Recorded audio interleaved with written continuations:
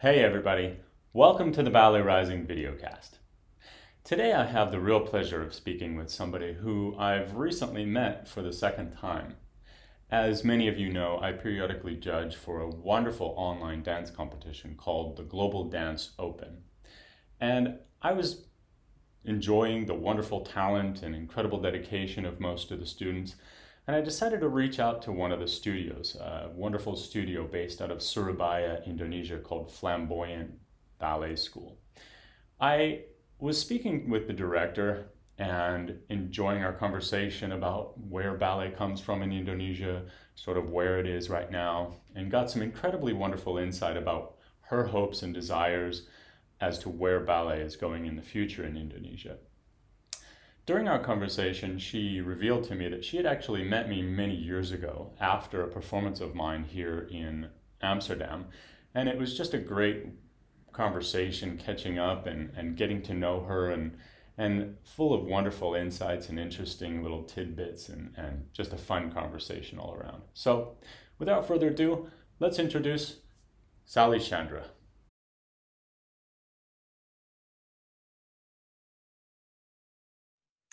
Okay, great. Here we are. Sally, thank you so much for joining. I'm really excited to talk to you. Oh, thank you so much for having me. Actually, it's my pleasure to be here with you.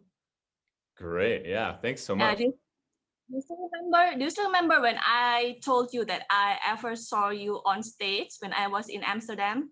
Yeah, I remember you mentioning that. That's so cool. Yes.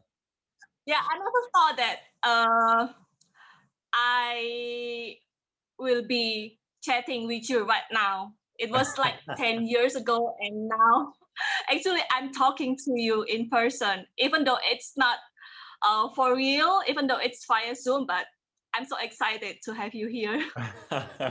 That's really exciting. Yeah, I love stories like that, It's like for me, I had a lot of those same experiences when I was a kid. I looked up to these amazing dancers that I thought I would never get to know them, and I ended up actually dancing with some of my childhood mentors.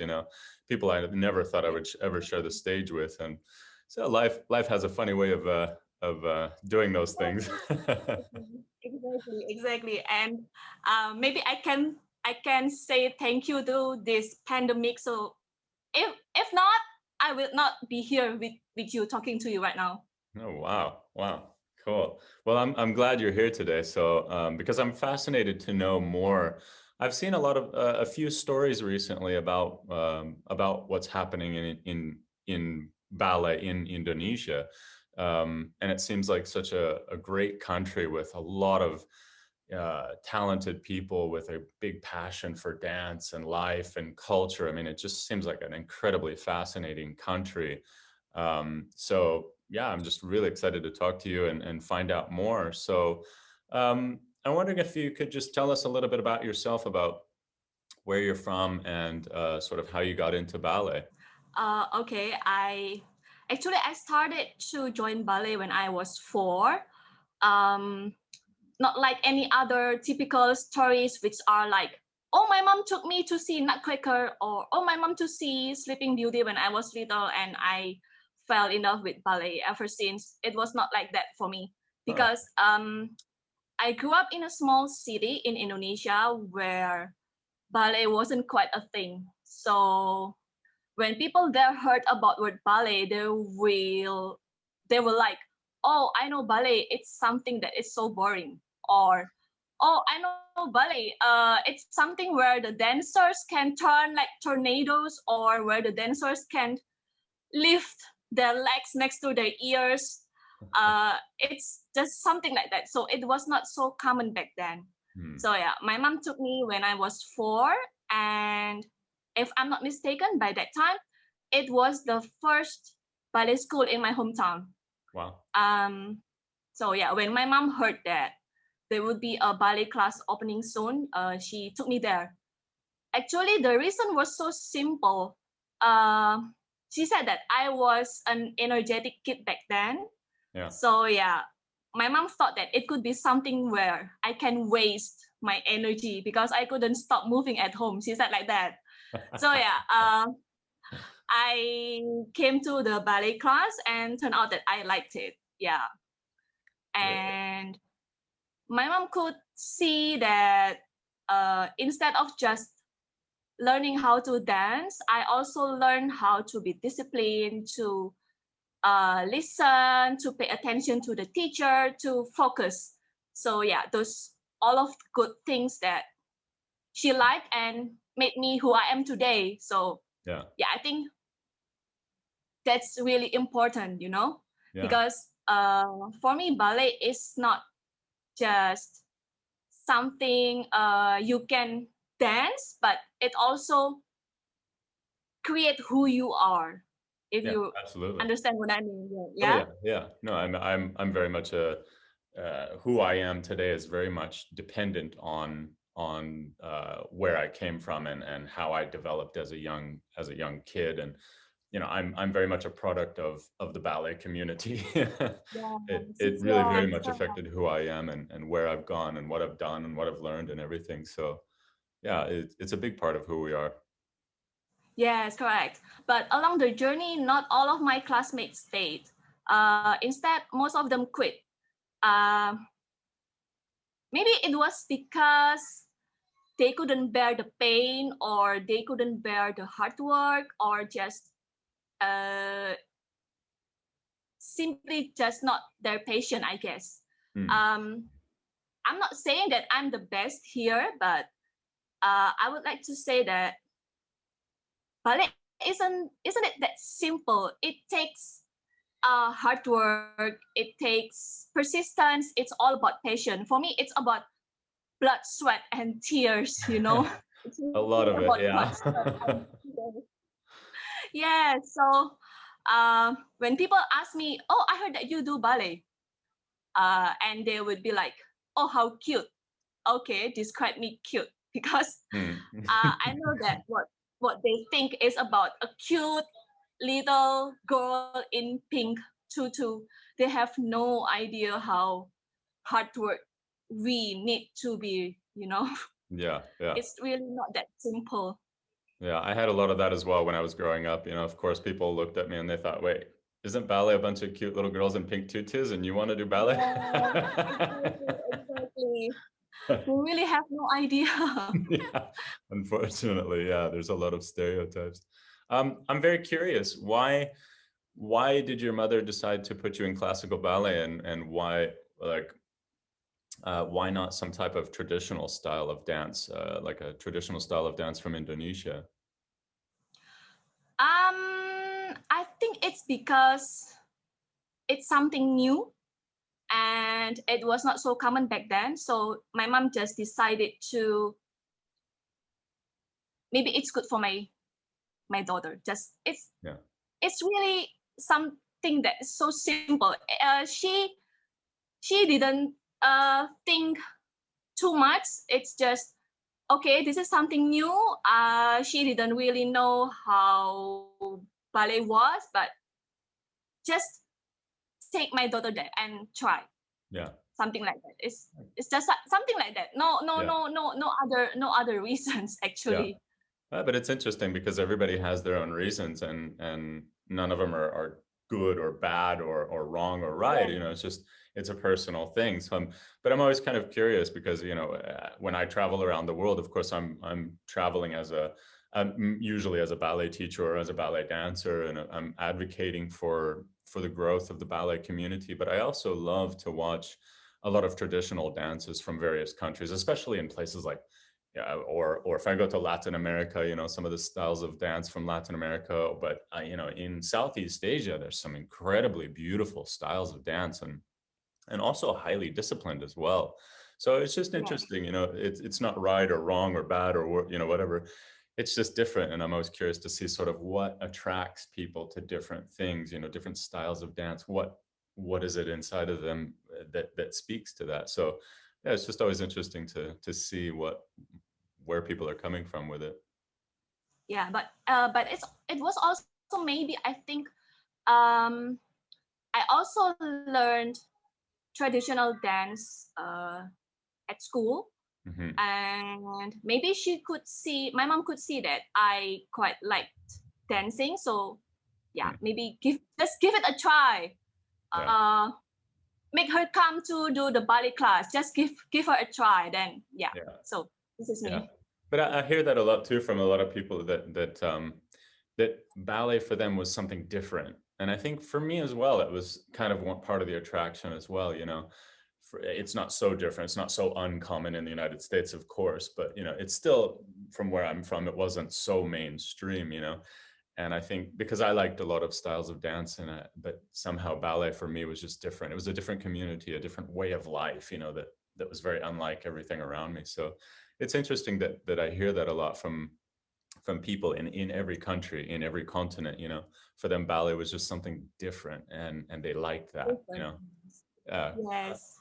It's interesting to see these connections between all of us, you know, because we all come from such different backgrounds. Indonesia and Utah, or you know, I was speaking with somebody from Nigeria the other day, you know.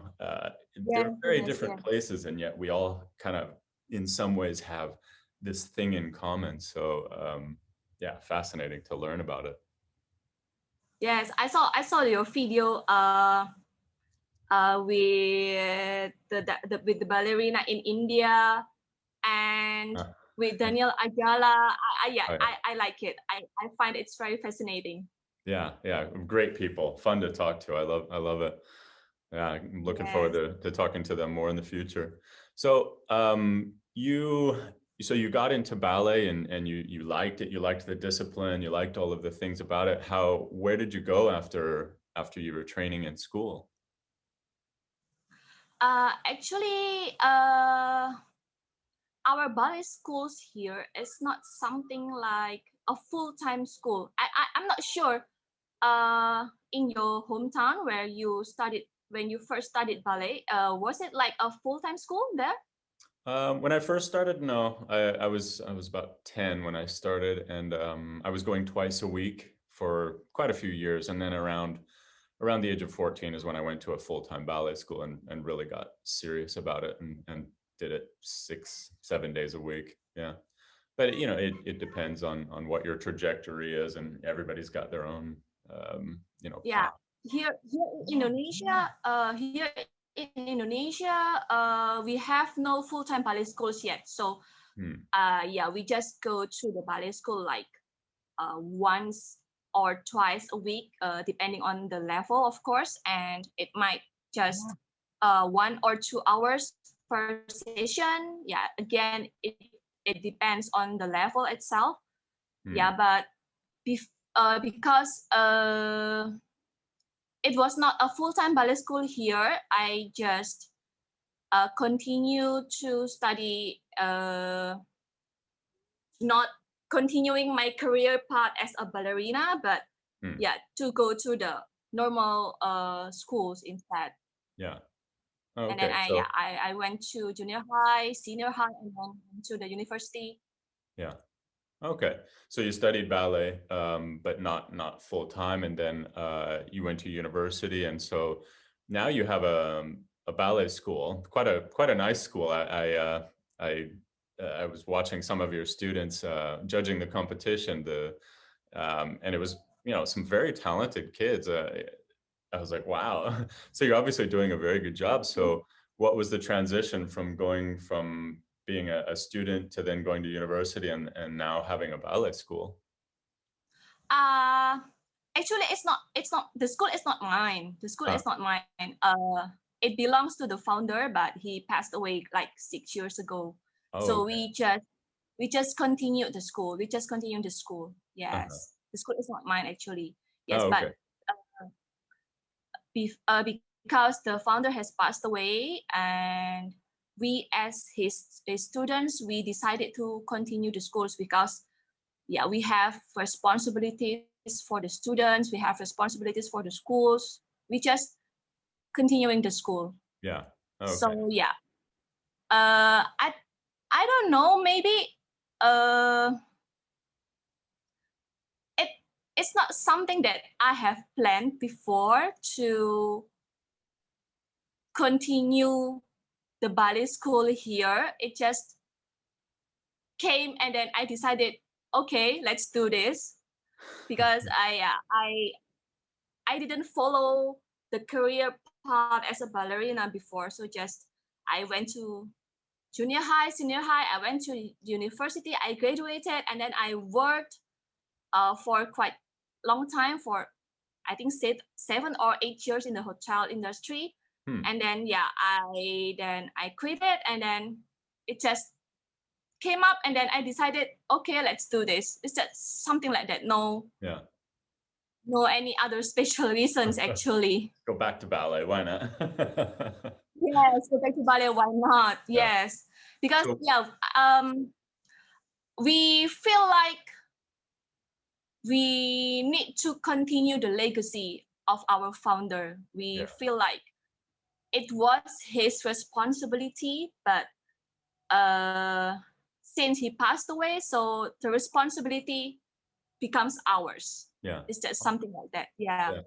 Yeah, but that's a beautiful thing, you know, to have such a respect for the founder and a respect for the institution. And Yes. that's a great thing. Yeah, our school, it was founded by our principal, our founder. It is Mr. Eddy Soenarto. He studied ballet from the Dutch people before. So ballet here in Indonesia, it was brought by the Dutch during the colonization.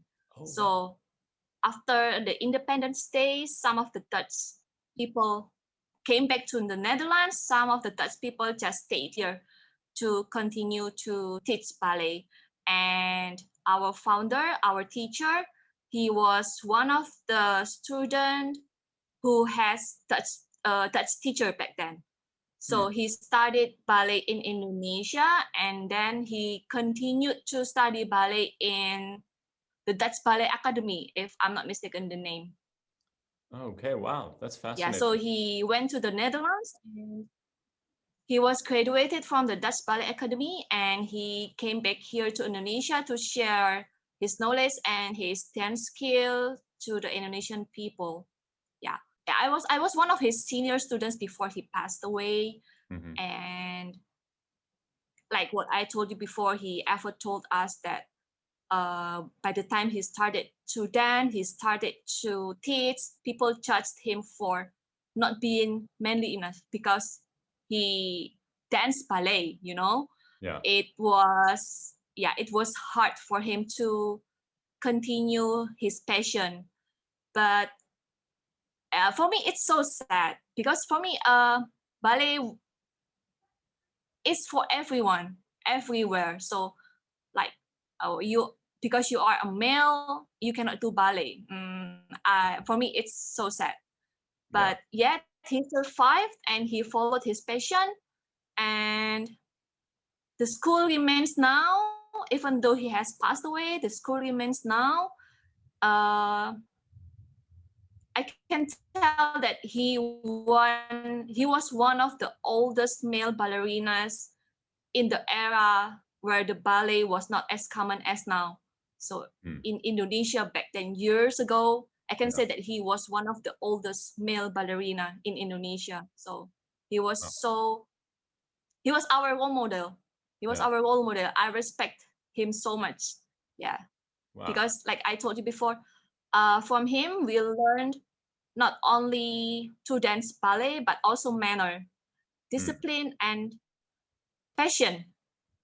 That's great. Which is so important, passion. He always, when you come to ballet class, you come to a palace, you come to see a king.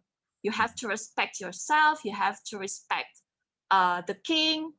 You respect yourself in this case, wear proper attire, do proper warm up, something like that. And of course, respect the king. In this case, is your teacher. So he also told us that ballet is not something that is instant. He likes, I still remember he likes to quote a Chinese proverb that said, 1 minute of performance on stage, 10 years of hard work in class. He always told us like that. That's so true. Yes, he was a great man indeed. Yeah. And I think that's so inspirational for me. It's extremely important for teachers to remember that it's not, you're not just teaching ballet. You're teaching people ways of life. Most the fact is most ballet students won't become professional dancers, but I always try to stress that there's so many valuable lessons that you can learn besides just becoming a dancer. Discipline and self-respect and health and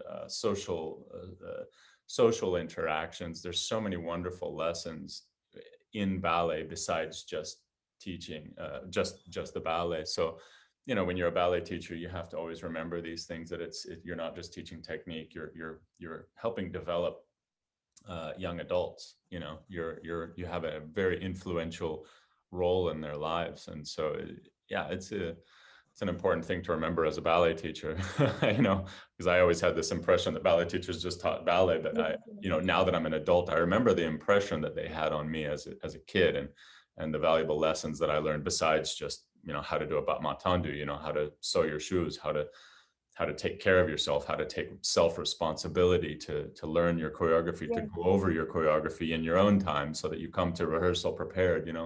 All of these things yes, are exactly. great lessons that you can take into any profession besides just ballet. Exactly. Not only just techniques, it's also attitude that matters. Absolutely. So when you were studying as a teenager, did you want to become a professional dancer? Was that anything you had a desire for, or was it just, yeah, you were enjoying ballet, or what was your ambition back then? Yeah, actually, this is something that everyone asked me about. Um, when I was teenager, how can I say it? It was not something that came into my mind that, oh, okay, someday I will be a professional ballerina or something like that. Because when back then, when I was a teenager, the information and the technology are not as fast as right now. So yeah, Hmm. I really didn't have any idea how to become a professional dancer, or Hmm. this is this actually in this world actually has companies for ballerinas. I didn't have that kind of information before. Yes, I know that uh in Europe or in America, in Russia, they have companies, yes, but for me, it was something that too far to think about because it's Yeah. too far from Indonesia. And yeah, it was not something that crossed to my mind that, oh, this is my passion. I wanted to become a professional ballerina. It was not something like that. Yeah. So yeah, when I told my students, you are so lucky to live in this era because the technology, the social media, the internet help you a lot to Oh yeah. see what is outside Indonesia, what you need to become a professional dancers, Yeah. where are the good companies, or where are uh, good ballerinas, where are good schools overseas, how you can get there. You Yeah. can get a lot of those information right now, but not when I was a teenager. Yeah. Those kind of informations were really hard Yeah. to Yeah. get by that time. Yeah, I So remember yeah, when I was growing up, it was the same thing. I mean, I started ballet in the late 80s, long before the internet came around, or at least was being yes, used widely. And of course, I grew up in a country where there is plenty of ballet. It's not so far away, it's like Indonesia, but I when I was growing up, we only had Dance Magazine that came out once a month, and you only get what information is in the print magazine. Whereas nowadays, somebody in any country in the world, as long as you have a Wi-Fi connection, you have all the information in the world of what companies are doing what, who are the dancers, what the repertoire is, who's the choreographers. You have all this information. And so it's, in some ways, even though I came from a somewhat ballet centric society, there was still just not even a hundredth of the kind of information that you can get today. So it is kind of interesting to see how that dynamic has changed over the years. yes. exactly. And then when I was a teenager, ballet was stereotyped as something like, to be a ballerina, you have to be white skin, blonde, Mm. tall. It's just for European people, or it's just for American people. Mm. There was no such thing like, okay, Indonesian dancers can become a professional ballerina. No, there was no such Mm. things. No, because yeah, it was stereotyped that way. So in my mind, it was something that's too far away. Yeah, I yeah. couldn't think that, okay, this is my passion and I wanted to become a professional ballerina in the future. No Mm. such things like that.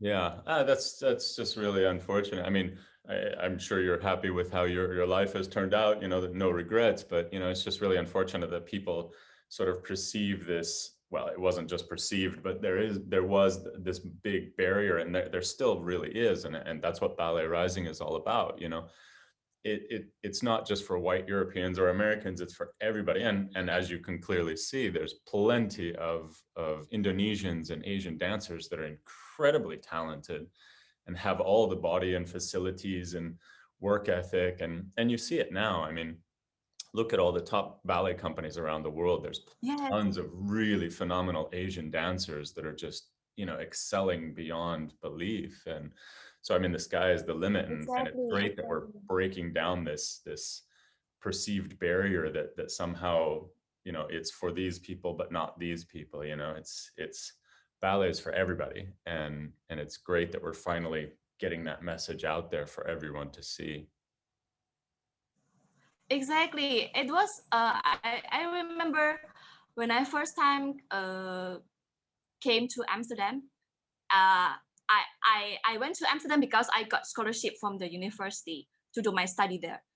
And yeah, when I first came to Amsterdam, I went to see the Dutch National Ballet, and it was like a wow for me, because that was the first time I saw a real performance. I saw real professional dancers. I saw real theater. I saw a real company. It was like a wow for me, because it was the first time, really the first time, and it really opened my eyes.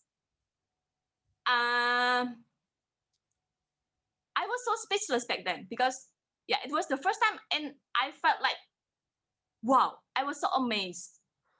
I was so amazed, Right. and I was so lucky to have the opportunity to see it with my own eyes by that Yeah.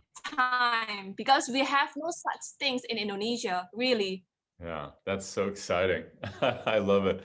You know, hearing stories like that of just a great experience of going to see a performance in an opera house, and yeah, for people for the first time. Yeah. Which performance did you see? Coppelia, Don Quixote, Sleeping Beauty. I'm not sure. I'm not sure what was the performance, but um I think it's from Hans van Manen. Oh yeah. Yeah, probably. We Yes, do a lot of Hans if van I'm not Manen mistaken. here. Yeah. That's Yes, so yes, yes. cool. It was in 2009 until 2010. Yeah, Okay, by great. this period. Yeah. Oh yeah, we did a lot of that And stuff. then I Oh saw great. you. And then I saw Yeah. you on stage. That's so cool. Yeah, and we have a great opera house here too. I loved working there, and I still it's nice to go there sometimes and see everybody and just walk around the building. You know, there's something magical about opera houses. You know, when you're just walking around and you see the lights and the people, and there's this energy in the air of a performance and people getting ready, and it's just it's a Yes, magical feeling. So that's really neat. Um, exactly. so yeah, Exactly. so. Tell us a little bit about Indonesia now. So obviously things have changed. We've got the internet, you know, people are all over Instagram and Facebook and everything. And so there is sort of a little bit more of an influx of information. And, and the barriers are breaking down. What's I saw a recent story of a young, really talented girl who won. I think it was it was one of the big competitions in the United YGP, States. yes. Yeah, I mean, she was Yes, incredibly but it was talented, and YGP. like, wow, this is the a future prima ballerina of any major ballet company. So, what's the circumstance right now? What's the feeling in Indonesia as far as ballet is concerned for this generation that's coming up right now? Yeah, I can tell that she's so amazing. Hmm. She is now, if I'm not mistaken, she is only 12, Yeah, 12 or 13, but she has really nice ballet skills. yeah, yeah, Yes. very talented. Um,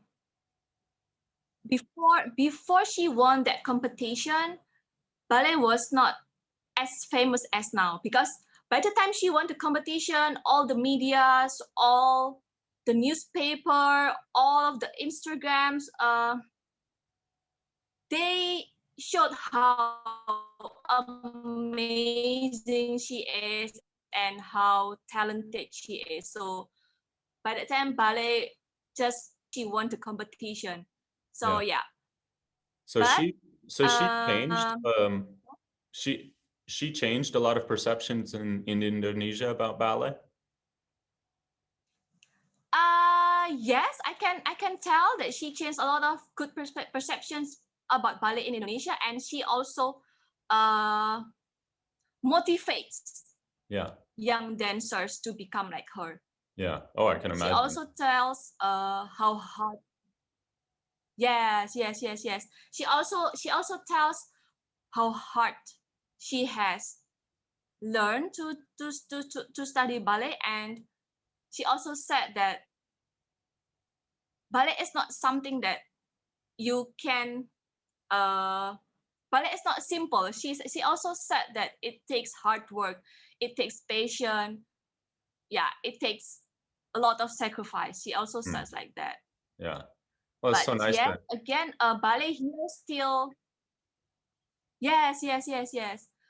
Again, ballet here still stereotype like uh a dance for the rich. So Hmm. if you are not rich, you cannot afford it. Yeah, Yeah, because unfortunately. yeah, the Yeah. point shoot, the fee, a lot Yeah. of things, the competition. Yeah. So yeah, it is sad, from the news, it is sad that she is not from the rich people. So her parents worked so hard so that she can come to ballet class. Her Hmm. parents worked so hard so that she can buy point shoes, can uh, join the competition, yeah, something like that. So it motivates us to take more and make more and do more, Yeah. which is good for me. Yeah, I mean, she. I can't remember her name. I saw the story a while ago. But yeah, she seems like such a. Even though she's incredibly young, she's such an incredible role model for a lot of people, particularly in Indonesia. She's sort of Yeah, breaking all those stereotypes that we in the ballet world really want to break. This idea that it's for rich people or white people or something like that. So she's a real role model, not just for yes. Indonesians, but just for ballet in general. And yeah, she's so young. That's just amazing. She's so young. She's just 12 or 13, I guess. Yeah, yeah. I'll have to look for her name because I can't remember off the top of my head. But it was a great story. Watching her, listening to it, I thought, wow, that's fantastic. But so Yeah, her name is Rebecca. oh yeah, okay, yeah. I was gonna look that up and then I forgot, but yeah, just an incredibly She's so talented, famous right now. yeah, young woman. So she's changed a lot of how have your students reacted to her story? Um, she's become a lot of young dancers role models, and yeah, my students were like, oh, she's so amazing, I wanted to be like her. And of course, and I told my students that of course if you want to be like her you can, but it takes hard work. Hmm. So Yeah. come to the class and do a lot of exercise, you can be like her. Every Don't day. give up. Yes, yes. Because here, like I told you before, uh here in Indonesia there are no full-time ballet schools. But yes, I know that this girl, she comes to ballet class every day, 7 or 8 hours a day. Yeah, Yeah, that's what it so takes. It's it's uh, yes, it's a that's great, what it's it a takes. rewarding art form. It's wonderful, it's beautiful, but it's hard. And yeah, it's always important that people understand, okay, you can be a ballerina, anybody can do it, but you have to understand that it's going to take a tremendous sacrifice. It's a lot of work, it's a lot of pain and suffering, unfortunately, but that's sort of the process of getting to where you want to go, of reaching your goals. Nothing comes easily in life, nothing worthwhile. Yes, blood, sweat, and tears. Yeah, always. I mean, we joke about it, but it's so true. I mean, my girlfriend is a Yes, dancer in the National Ballet here in Amsterdam, and I see her all the time. Her toes are bleeding, and she's tired, and things are sore, and things hurt. But every day you got to go to work, and you got to fight through that pain and push it yes. to another level. So Dancing, it's a very hard dancing. career, but it can be very worth it as well. Yes, yeah, it takes patience. Yeah. Yeah. A lot of patience. A lot of That's one thing I wish I had known a lot when I was known sooner when I was younger, that, I was ready to I was ready for pain. I was ready for hard work, but patience was a difficult lesson to yeah, learn. indeed. So, here's a question. I love to ask a lot of people this because it's just interesting to hear everybody's reactions. So the ballet really came originally from France, and it developed a lot in Russia. But we have the Russian style, the Italian style, the French style, the English style, and later, we got the American style with George Balanchine and everything like that. And so I see ballet as this sort of ever evolving and ever growing sort of ecosystem of different subgenres. And so I like to ask a lot of people, like Daniel Ajala. I said, do you see a Nigerian style of classical ballet someday? And he said, oh, absolutely. And I've asked a few of my friends, my friend Ritika Chandra from India. I said, do you see an Indian Yeah. style of classical ballet someday? She said, "Oh yeah, absolutely." And so I'm curious. Do you see an Indonesian style of classical ballet someday? Uh, act, uh, yeah, in some ways, yes. We do learn classical ballet, but in Indonesia we have a lot of different cultures. We have 34 provinces, and each province has its own culture, has Yeah. its own dances. So yeah, somehow uh, this classical ballet has blended to our culture.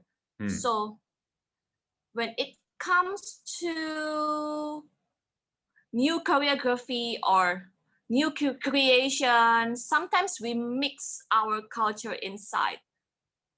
So yeah, uh, because I think it's very beautiful to combine the classical ballet, which is not so Indonesian, but we have our own culture, we have our own dancers, uh, we can mix all those together, we can blend it together, we can create a really nice and beautiful art of performance. We can create a really beautiful choreography for me. But here in Indonesia, I can't say that we have Indonesian style of ballet. I don't know. I don't think that I can say it because here in Indonesia we study ballet in syllabus. We Hmm. have Russia and English syllabus. Hmm. And yeah, for some schools they have syllabus from China. I think those three top. I think those three top syllabus here in Indonesia: China, English, and Russia. Yeah. We have those Those, three syllabus here. those are the We most still common around learn. the world. Yes, yes. We still learn the basic and classical way, but Hmm. yeah, somehow in some performances we blend it together. But Yeah. I don't think that I can say we have our own Indonesia Well, style of ballet. I don't think that we can say it. yeah, those things take time to develop, because I mean, obviously, in the beginning of the 20th century, we didn't have the American style of ballet. George Balanchine created it, but he created it over a long period of time, and it's still classical ballet. Dancers who Yes, study in New York can translate their technique and take it to London or Paris or wherever. And so it's still classical ballet, but there's just little nuances that sort of appeal to the American style. George Balanchine sort of blended a little bit of Broadway in there, and he just sort of created these little nuances. And so they're all classical ballet, whether it's the Danish school or the Russian school. They're all classical ballet, but they have their own little nuances that sort of represent their culture and sort of their way of movement. And so yeah, it'll be interesting to see in the future as things develop, to see where different people are going to develop classical ballet even further in their own style with, so say a dancer trains in the Indonesian school of ballet, of course it's still ballet, and that dancer can go to another company if they want to, but there's those little nuances of just slightly different movement qualities or musicality qualities or arm yes, positions. So I'm just excited to see where this develops in the future over the next few decades, because it just seems like we're having this sort of Cambrian explosion, where we had only European styles, and then we had a couple more, and now it's just gonna like branch out like crazy. So fascinating to yes. sort of think about where it could go and what's going to happen. Bigger and bigger. Yeah, yeah. So I mean, on that note, what would you like to see as far as the future of classical ballet in Indonesia? What's your sort of aspiration and idea, and what do you think is realistic, and where do you feel it's going? I really want to see that um,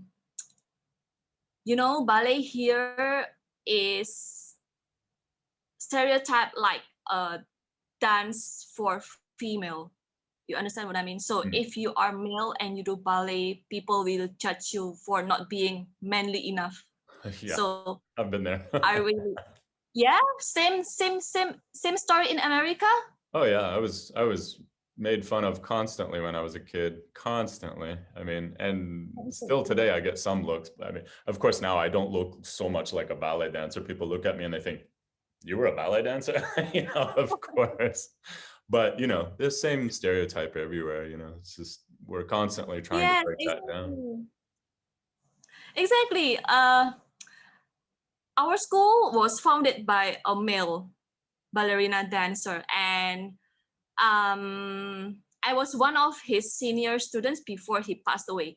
Mm, He was so close to us, and he was like a father to me. mm, So he ever told us that by the time he started to teach, to dance ballet, people judge him like a weirdo, mm. like, oh, you do ballet? Something like that. So yeah, for not being uh, manly enough.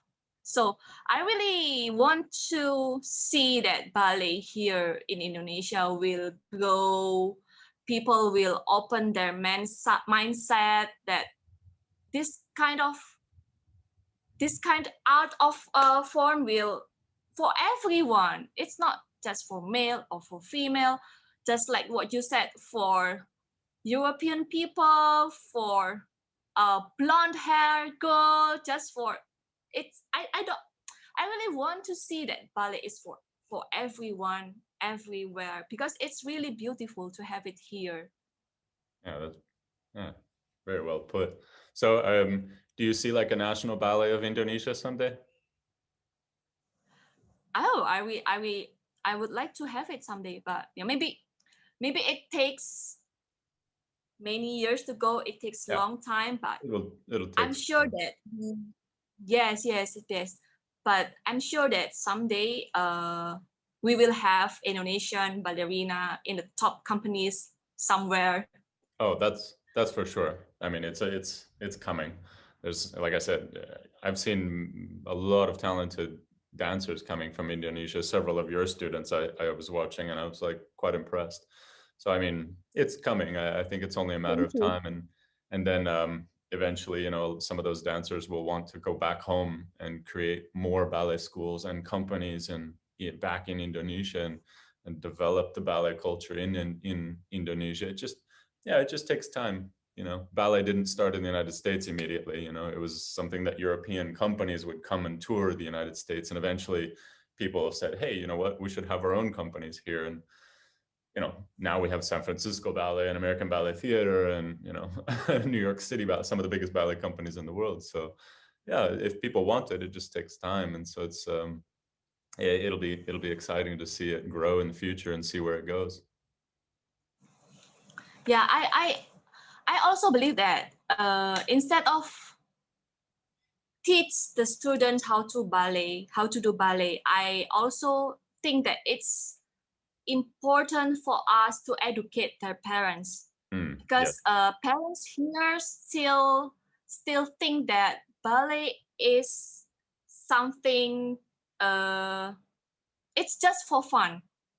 It's not something that you can, uh, it's not something to take serious in, and it's not worth it. It's just for fun. It's just so that my kid has activity. It's just something like that. So I really think it's really important for us as teachers to educate the parents, Mm. because to have support from the parents is so important. You Yeah. can't have good students without the support from their parents, Yeah. you know. Yeah. When I was little, people just thought that uh,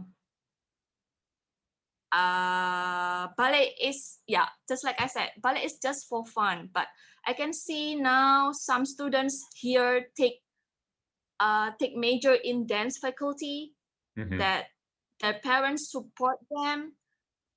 Yes, we still don't have a dance faculty here, or full ballet schools which is full time here in Indonesia. So when the when our students here take dance seriously and their parents support them, usually they will go overseas and take major dance there. Yeah. So I think it's really important to educate the parents as well. Yeah. Well, I think role models are extremely important as well. I'll never forget when I went to India to teach. Ritika asked me if I would go and speak at a school because she had a big group of young boys who she was trying to convince them to take a ballet lesson, and they all thought, okay, you know, she was quite surprised because they were open minded to the idea. You know, they weren't like, oh no, you know, they thought, okay, maybe, you know, but then she couldn't get people to get them to sort of cross the boundary and actually do it. So she said, hey, can you Yeah. come and speak to them? So I went and I spoke to them, and I thought, okay, yeah, I'm a former ballet dancer, had a career in Europe and blah blah blah. And of course, then these boys suddenly looked at me and I thought, okay, this is real. You know, it's not just some thing on the internet or some fictitious person out there. You know, this is real, you know. And so they thought, okay, I've actually met a real ballet dancer, a man, you know. And so then all of a sudden she had a whole bunch of boys coming to the school. You know, so I think, Wow, that's amazing. yeah, I think it's just really about role models, about showing people that it can be done, and that it's not this crazy outlandish thing, that there are professional dancers, that it really is a career, that you know, there are Asians, very successful Asians in classical ballet. Once you see that, suddenly people go, oh wow, you know, we're seeing this now in the United States and Europe, you know, now that there's several black dancers who have become quite predominant, like Misty Copeland and Michaela de Prince. Now a lot of young black kids are Yes. going, okay, wow, we can do this. This isn't just for white people. And it just takes a role model to see that and break the ice and the boundaries. So, you know, uh, I think that's coming in the, we're going to see that really compound and grow in the future. And so we just have to continue to nourish that idea. Yeah, I'm really looking forward to have you here someday in Yeah. Indonesia. Oh, I can't wait. It's been high on my list of places that I've really wanted to visit for a long time. And just such an incredibly beautiful and diverse country with so many different, yeah, like you were saying earlier, so many different cultures within the area. It's just wow. Yeah, I'm really excited to come and visit you and yeah, travel around Indonesia someday. Yeah, just come to our school and give speech and open their mindset. Oh, absolutely. Yeah, I'm looking forward to it. So, yeah, let's continue to talk. I would love to invite you to come back and talk some more in the future, maybe on some more specific subjects, and we can keep in contact. And hopefully someday when travel restrictions lighten up, I would love to come to Indonesia as soon as possible. So, yeah, thank you so much for being here. Thank you so much for this conversation, and yeah, I really look forward to keeping in touch with you. Oh, by the way, where can people learn more about your ballet school, Flamboyant Ballet School? You have an Instagram, right? Yes, we do have Instagram. Our school here in Surabaya. Have you ever heard Surabaya? Yeah, I have. I've heard of it, Yeah, but yeah, it's the second biggest city in here in Indonesia. So it's here in Surabaya. We have 10 branches here. You can find our school via Instagram. It's Flamboyant Ballet School. great. Do I have to spell it?